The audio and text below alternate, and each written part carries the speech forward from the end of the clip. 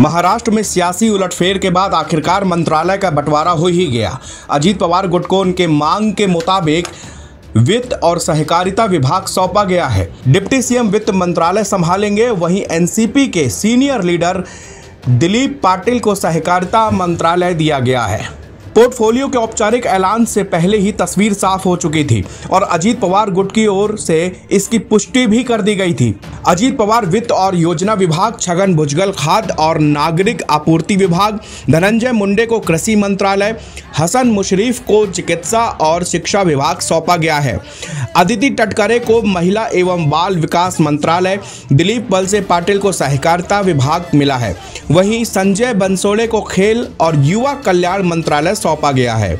अजीत पवार गुट वित्त के साथ ही सहकारिता मंत्रालय को लेकर शुरुआत से आक्रामक थे।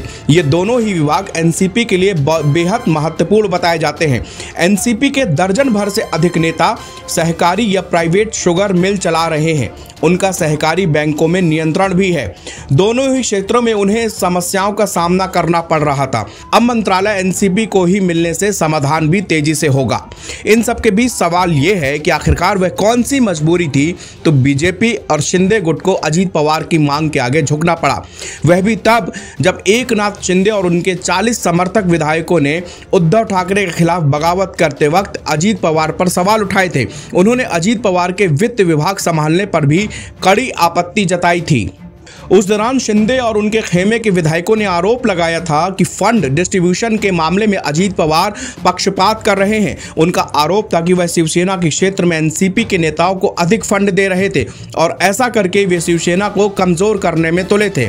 महाराष्ट्र के सियासी मामलों की जानकारी रखने वाले नवभारत टाइम्स के सीनियर पत्रकार अभिन्न शितोले के अनुसार अगर अजीत पवार सरकार के साथ गए होंगे तो पहले से ही ये तय करके गए होंगे कि इन विभागों से कम में वह नहीं मानेंगे। बीजेपी ने उनसे वादा किया होगा कि मुख्यमंत्री से भी चर्चा हुई होगी। मेरे ख्याल से मंत्रालय बंटवारे में जो वक्त लगा वह मुख्यमंत्री के अपने लोगों को संभालने और विश्वास में लेने की वजह से लगा। शिंदे गुट में उद्धव से बगावत करने के वक्त अजीत पवार के कामकाज पर सवाल उठाए थे। क्या अब भी महाराष्ट्र सरकार पर रिस्क है? इस पर वरिष्ठ पत्रकार का कहना है कि शिंदे गुट के पास अब कोई विकल्प मौजूद नहीं है। चुनाव में 1 साल से भी कम का वक्त बचा है। ऐसे में विधायकों का पार्टी या सरकार छोड़कर जाना मुनासिब नहीं होगा। एनबीटी ऑनलाइन की रिपोर्ट।